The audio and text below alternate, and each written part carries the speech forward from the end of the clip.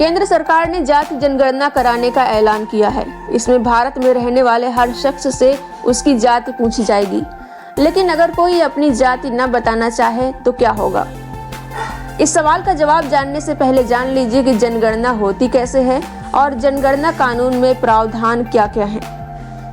पहली बात, सरकारी सूत्रों का कहना है कि जाति जनगणना पूरी तरह डिजिटल होगा। इसमें आर्टिफिशियल इंटेलिजेंस यानी AI का जमकर इस्तेमाल किया जाएगा। जियो फेंसिंग के जरिए जनगणना होगी। इसमें OBC के लिए अलग से कॉलम बनाया जाएगा। अब तक सिर्फ SC ST के लिए ही कॉलम होता था क्योंकि उन्हीं की गिनती होती थी।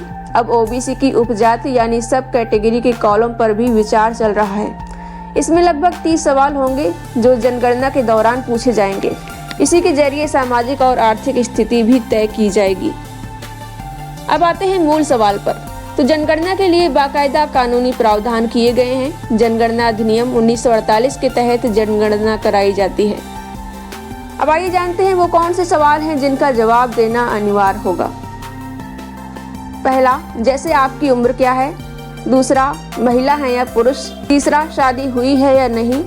चौथा, कहाँ तक पढ़े हैं। पांचवा, काम क्या करते हैं। छठवां, कहाँ रहते हैं और कहाँ से आए हैं। सातवां, कब से यहाँ रह रहे हैं। गलत जानकारी देने पर 1000 का जुर्माना भी लगता है।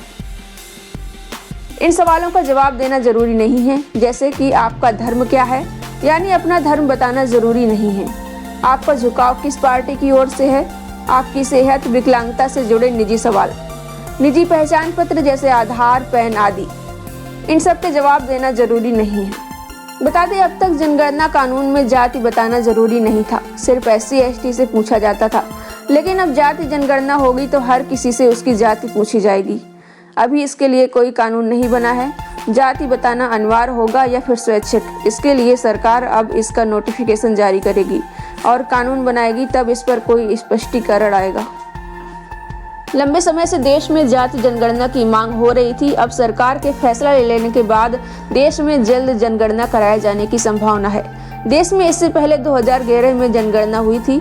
आमतौर पर हर 10 साल पर जनगणना कराई जाती है, लेकिन 2020-2021 में कोरोना महामारी की वजह से जनगणना टाल दी गई थी। सरकारी सूत्रों के मुताबिक अब जल्द जनगणना का काम शुरू हो सकता है। अधिकारियों को उम्मीद है कि 2026 के अंत तक इसे पूरा कर लिया जाएगा। हिंदुस्तान टाइम्स की खबर के मुताबिक बीते 3-4 साल में जनगणना को टालने की मुख्य वजह इसमें जाति को शामिल करने का मुद्दा था।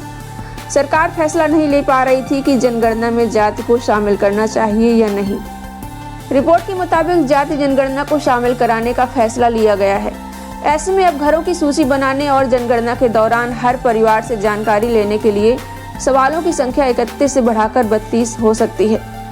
इस साल मार्च में केंद्रीय गृह मंत्रालय ने संसदीय समिति को बताया था कि जनगणना की तैयारियां पूरी हो चुकी हैं। मंत्रालय ने भी ये स्पष्ट किया था कि जनगणना के लिए 2024-25 में 1309 करोड़ रुपए का बजट था, जो 2025-26 में घटाकर 574 करोड़ रुपए कर दिया गया।